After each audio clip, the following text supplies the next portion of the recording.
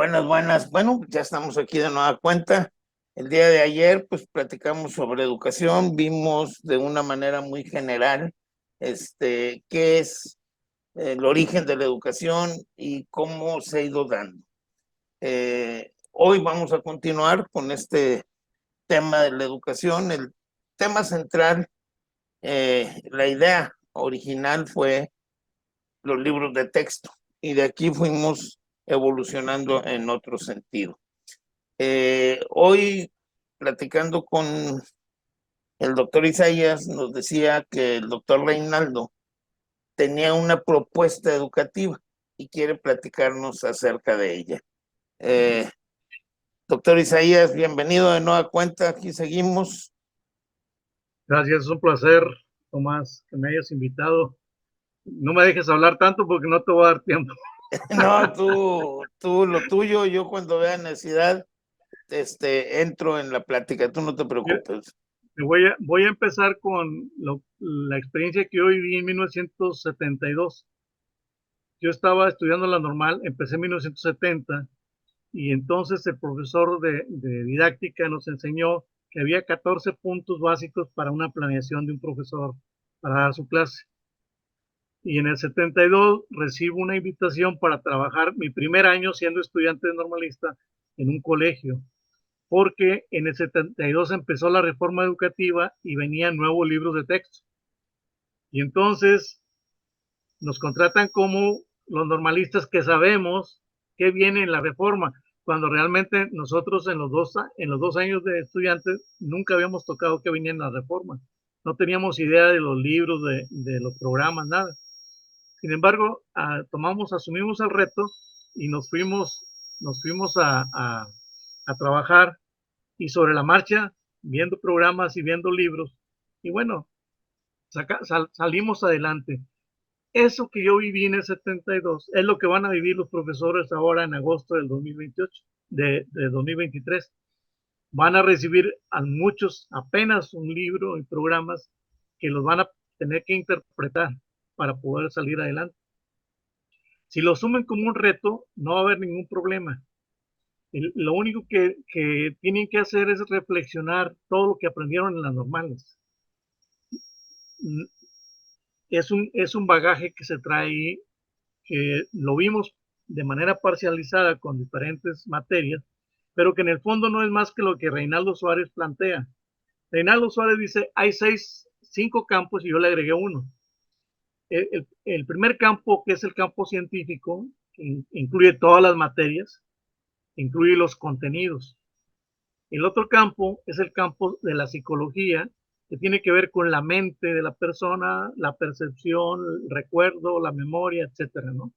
El otro campo es el campo de la pedagogía, que tiene que ver con las teorías pedagógicas existentes y los métodos de enseñanza. El otro campo tiene que ver con la sociología, que es el campo que abarca de la persona cómo vive en su comunidad, qué tipo de leyes, principios, reglas, normas sigue, qué costumbres. Y ahí terminas en la moral y la ética. Y el otro campo que tiene que ver con la filosofía, qué tipo de hombre quieres formar. Y entonces Suárez hace un planteamiento, dice, si yo quisiera saber qué cantidad debe ir de cada una de estas materias en el aula, yo diría que debe ser un 20%. O sea, el profesor debe saber en un 20% qué tipo de hombre quiere formar y ahí hay que revisar el perfil de ingreso y de egreso. El otro, en la sociedad, qué tipo de sociedad hay en la comunidad, qué tipo de grupos forman esa sociedad y qué tipo de grupos hay en mi comunidad. Porque ahí tiene que ver con las costumbres. O sea, cuáles son las normas o costumbres que trabajo en mi comunidad. Luego la otra parte es, ok, ¿qué tanto sé yo de pedagogía? Porque no es solamente saber métodos y estrategias y técnicas, es saber cuáles son las teorías que están haciendo posible eso.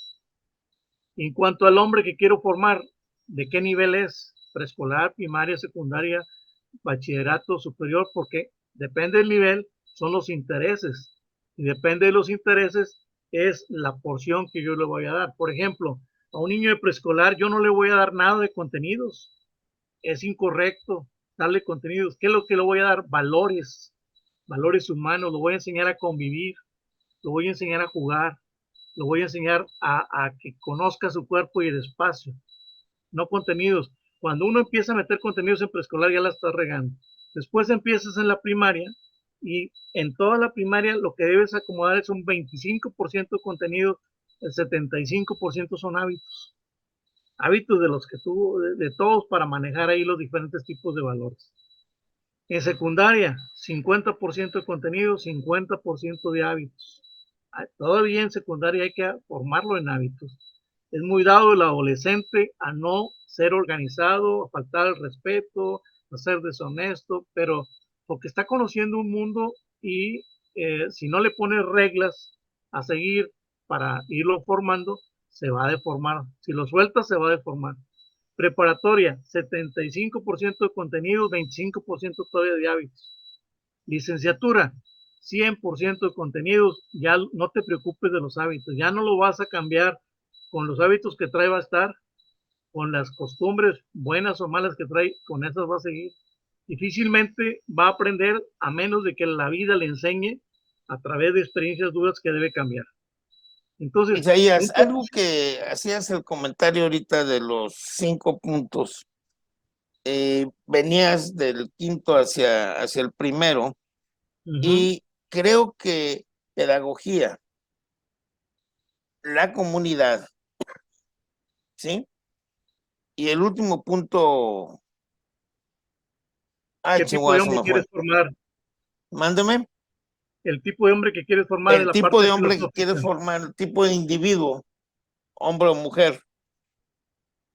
Eso es la esencia todavía en este momento de los libros de texto actuales. ¿Sí?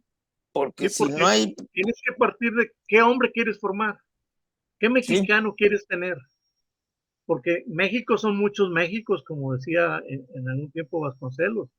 Entonces, si que tenemos un perfilado, qué tipo de estudiante tengo y qué quiero formar en él, pues ya nos vamos poniendo de acuerdo, porque hay que tener muy presente lo siguiente. ¿Por qué es importante que los libros de texto en todo México sean iguales? Porque si un alumno está estudiando en Oaxaca y por alguna razón sus papás se cambian y vienen a Nuevo León, no tiene que haber diferencia en cuanto a los contenidos que se trabajan en Oaxaca y a los que se trabajan aquí.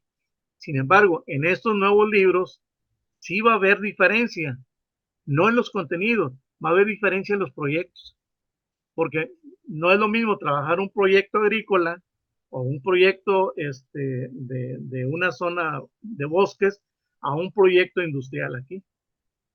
O si viene de Veracruz, no es lo mismo trabajar un proyecto de cultivos o un centro piscícola o una cooperativa a venir a trabajar aquí en un proyecto de fabricación de vidrio, por ejemplo. bueno, Sin pero embargo, en sí no es la fabricación de vidrios, vas a sin partir embargo, de la comunidad, del territorio. O sea, el proyecto sí, es la necesidad que yo tengo en el territorio de de dar adaptarme al solución a territorio. problemas. Sí. Sin embargo, si tú dices, ok, son comunidades distintas, los problemas son distintos, sí, pero la estructura del proyecto no. Ujú. Porque todo proyecto empieza con qué quiero hacer, las que quiero resolver, cómo lo quiero resolver, qué voy a invertir para resolverlo, quiénes van a participar en el proyecto, cuánto va a costar el proyecto, cuándo lo voy a hacer, qué resultados espero. Si lo analizas, el proyecto como tal, como estructura en Veracruz, en Oaxaca o en Nuevo León, la estructura es la misma.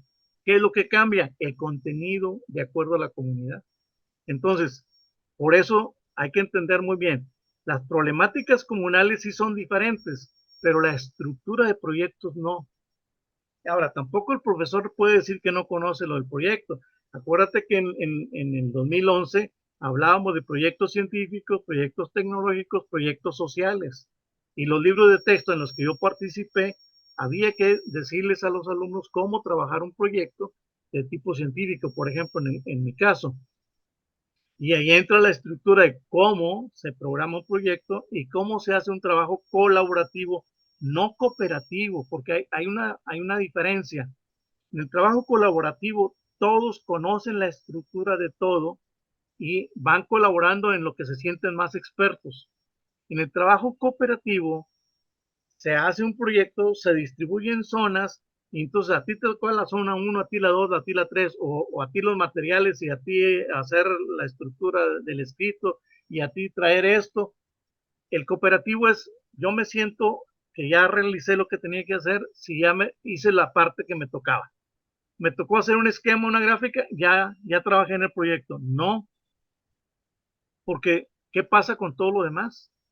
Entonces, en un trabajo colaborativo, tú tienes que conocer la función del presidente, del secretario, del tesorero, del utilitario, del materialista, pero tienes que ir rolándote cada una de las funciones para que aprendas de todas. Y entonces, en un proyecto colaborativo, la persona aprende de todo el proyecto y va colaborando primero en lo que se siente más capaz y después en lo que no se siente capaz, le va entrando aprendiendo. Y en el cooperativo no, hay una cabeza que diseña el proyecto y nada más reparte a cada quien qué parte le toca y no le interesa saber de lo demás. Son Sí, válidas pero las dos posturas, pero ¿cuál es la que te genera mayor conocimiento? sí, pero aquí lo que habría que ver es que el tipo de proyecto que se plantea a nivel del aula son de aula, proyecto de aula, Ajá, serían proyectos muy sencillos y de acerca de conocimientos específicos que habría que revisar. Este, sí, y luego, proyectos totalmente para de dar acuerdo. Eso es en la solución a parte la de contenido. comunidad sería otro tipo de proyecto, pero que no trascendería más que hacia qué es lo que tendríamos que hacer para arreglar el bacheo, por ejemplo, Sí, por o ejemplo. el proyecto para revisar lo que fue el niño desde lo climatológico, el fenómeno del niño en lo climatológico. Vamos a revisarlo y a ver Mira, qué hay un tenemos proyecto que estudiar. que no hemos hablado que yo digo que es fundamental en la vida del mexicano. Es el proyecto de cómo enseñar al niño a que siembre, cómo Ujú. enseñarlo a que produzca alimentos en espacios reducidos y Que cómo la ese sería un hidroponía proyecto aquí local. al local, cómo la hidroponía puede ayudarte mucho a tener el control de la temperatura, el control del agua. Y entonces, ese es un proyecto fabuloso que es sumamente necesario e importante en todo el país, porque todos comemos 3 veces al día mínimo. Bueno, los que tienen. Sí, pero que también se convierta en importante a nivel de ciudad porque no hay espacio. Así es. Entonces, sembrar en los techos, sembrar en las paredes, poner, acondicionar tubos PVC para hacer proyectos hidropónicos, es una solución que no te cuesta mucho. Sin embargo, vas metiendo en la mentalidad del niño la necesidad de resolver el proyecto de la alimentación. Si tú puedes producir cualquier cosa en pequeña cantidad, pero para tu consumo, tu autoconsumo, si cada familia produce para su autoconsumo, De una educación donde mueve la tierra, la tienes que poner la semilla, la vas a regar tantas veces. No, vamos a hacerlo y que sí, el es niño que esta es sea la diferencia partícipe de esa entre, construcción. entre un proyecto instructivo y un proyecto colaborativo. En el Ujú, instructivo tú le das las instrucciones como si fuera receta, hagan esto, hagan esto, y el niño lo va haciendo, pero no va entendiendo por qué. Sin embargo, en el otro le pones primero el problema. ¿Qué pasa si se nos acaba la alimentación? Es una ujú. pregunta ya dirigida a que el niño reflexione la necesidad de producir tus alimentos. ¿Qué vas a hacer con la basura? ¿La vas a desechar? ¿La Sí, vas a reciclar? ¿La vas a reusar? Entonces ahí viene el concepto de las 3 R's que se maneja mucho en esos aspectos.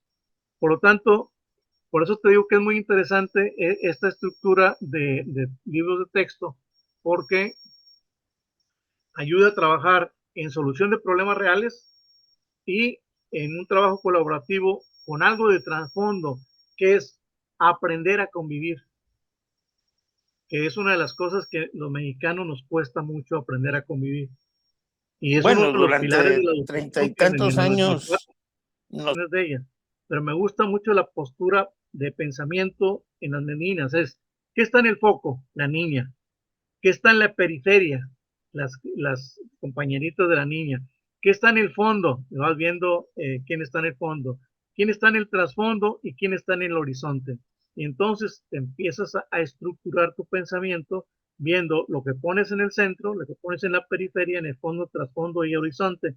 Si eso lo trasladas como un método de pensamiento en todo lo que hagas, va a ser muy interesante porque es, ¿qué estás poniendo en el centro ahorita? ¿Al hombre? ¿A la sociedad? ¿Al método?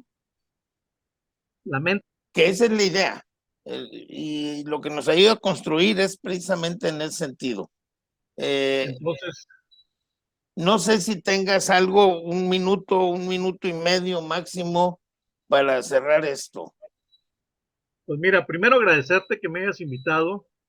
Segundo, es polisémico este tema educativo porque ves muchas aristas, no se puede ver un solo punto de vista. Hay muchas estrategias, hay muchas ideas. Sin embargo, si hay el ánimo de construir juntos, se pueden hacer cosas maravillosas en educación en México.